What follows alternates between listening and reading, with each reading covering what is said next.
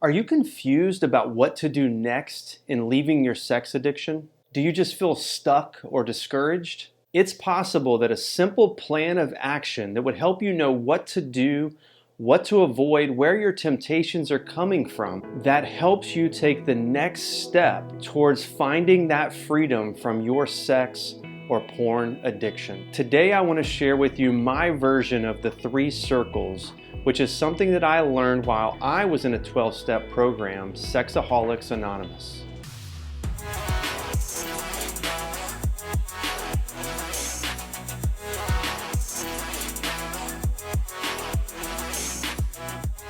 Hello again, friend, and welcome back to Sex Addicted Christian. As always, I'm your guide, Jimmy Trent, and we're here to crush the shame, cultivate community, uncover the unseen, and take action. I'm extremely excited to be with you guys today. Today's episode is going to get very, very practical.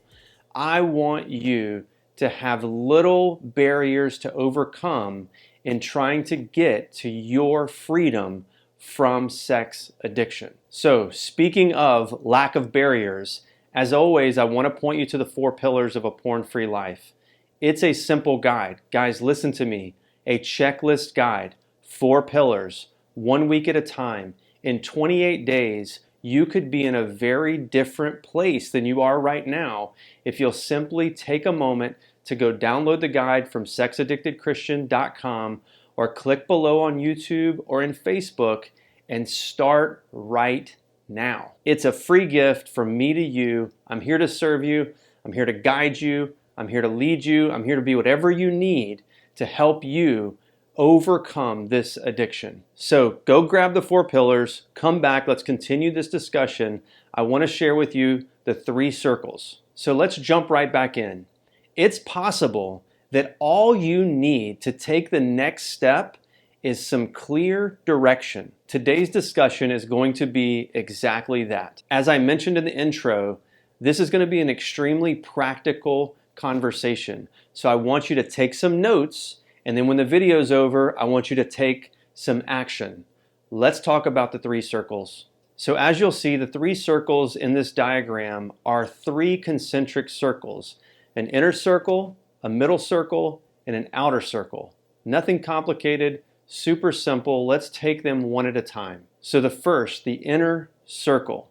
In this inner circle, what I need you to do is to write down all of the sexual behaviors that you are seeking to avoid, the sexual behaviors that you've decided are off limits. In essence, what I'm looking for you to do in this spot is to write out all the things that you are defining as sin when it comes to the sexual compulsive behavior. These are behaviors that are obviously destructive and lead you into bad places. As a Christian, I would ask you to start with looking at the Bible to determine what should be on this list for you. So, what compulsive sexual behaviors got you to the place that you are right now? Write those things down in the inner circle. Your list and my list may look a little bit different given the fact that our particulars in terms of our sexual acting out look different. One of the key benefits of doing this inner circle and listing these behaviors out is it lets you know whether or not you are living in your addiction. Okay, we're going to skip the middle circle and come back to it in a minute. I want you to go to the outer circle now. If the inner circle is the danger zone or a list of behaviors that you're seeking to avoid, the outer circle is the behaviors and the actions that you want to pursue. In this circle, I want you to list all the things that give you life, that help grow you, that when you participate in these particular things, there are things that help you walk towards freedom and away from your addiction. I want you to think of things like this: attending church, small groups, reading the Bible, working whatever recovery program that you've chosen, hint, hint, the 4 pillars of a porn-free life that you can get for free by going to sexaddictedchristian.com, or hanging out with friends, exercising, healthy eating, enjoying a hobby, reading a book, and so on. Again, the inner circle is addiction behavior. The outer circle is freedom behavior. I want you to seek out things that are helpful, things that are beneficial, things that give you life, things that grow you as a person, both in experiences and character, in relationships. There's so many amazing things available to you and I that help us to find true life. Put those things down on the outer circle. Okay, we saved the hardest one for last, the middle circle. This is difficult because now you're going to have to think in terms of gray, not your typical black and white thinking, right or wrong.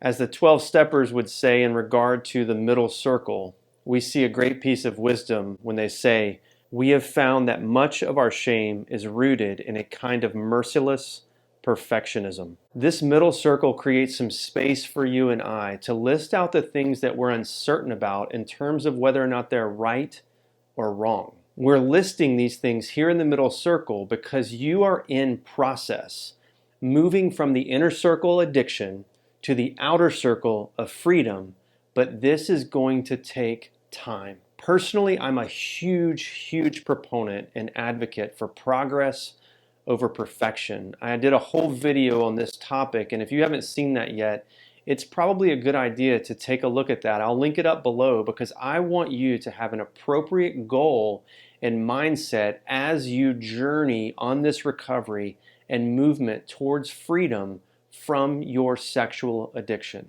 Now, with some of the things that you list on the middle circle in terms of behaviors that you're uncertain about, some of them are going to fall into kind of a subcategory of what we'll call boundary behaviors. These are behaviors that are right on the edge of gray and tend to fall quickly into active addiction or inner circle behaviors. I want you to especially be aware of those because if in your life you find yourself doing those behaviors, those are important moments if you want to continue to walk in freedom and away from your addiction, because you need to identify them, realize that you're in them, and then begin to take whatever actions that you've decided so that you don't fall back into an active addictive moment.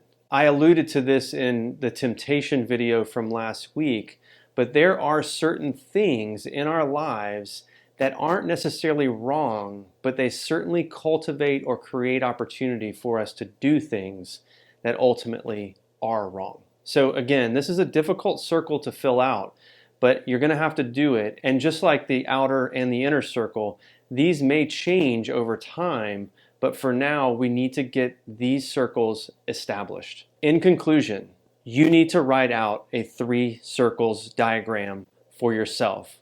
I need you to write a list of outer, middle, and inner circle behaviors. And if you have any questions about it, please don't hesitate to email me, jimmy@sexaddictedchristian.com. I'd be happy to bounce some ideas off with you if you need some help processing and getting this thing to completion. The second thing I want you to do though is once you've completed it, is I want you to talk about it or show it to a trusted friend and solicit their feedback. As a recovering addict, it is wise to not trust yourself fully. And so a good friend is going to help challenge you in helpful ways to make sure that you're not giving yourself too much grace in one area or leaning towards too much law or perfectionism in another area. You and I need help from other people. Again, another pillar of the 4 pillars of a porn-free life, cultivating really healthy community. Actually, that's what I'll leave you with today.